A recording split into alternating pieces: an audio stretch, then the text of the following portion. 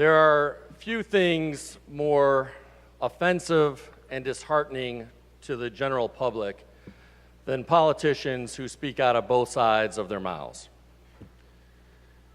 And yet, when it comes to the prevailing wage debate, the proponents of this legislation, of this initiative, have long said that there is a shortage of skilled trades professionals, skilled trades workers in this state. And yet, this very initiative would lower wages for that work. And according to the economic laws of labor supply and demand that the proponents of this legislation worship on an altar, that will result in a bigger shortage of skilled workers in these fields.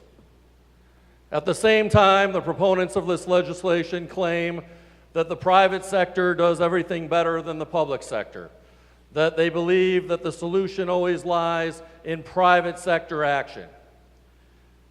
And yet, by eliminating the prevailing wage law in this state, the proponents of this legislation are undermining the private sector training of these workers that labor unions do across this state day in and day out.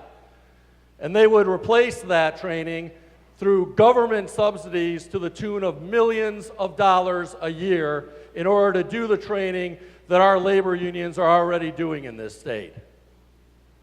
But there's one thing even more offensive and even more insidious than the proponents of this legislation talking out of both sides of their mouth.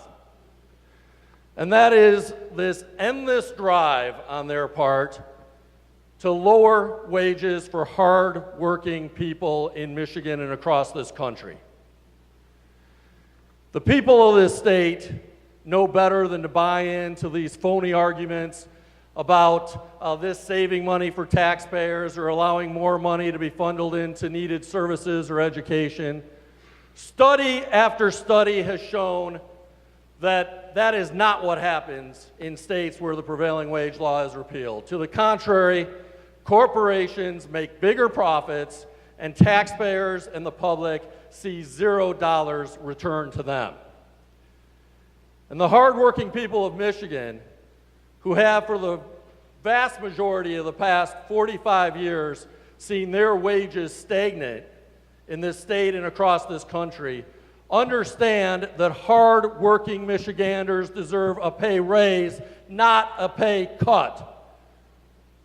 The public will remember today's action, not just this year, not just in November, but for years to come.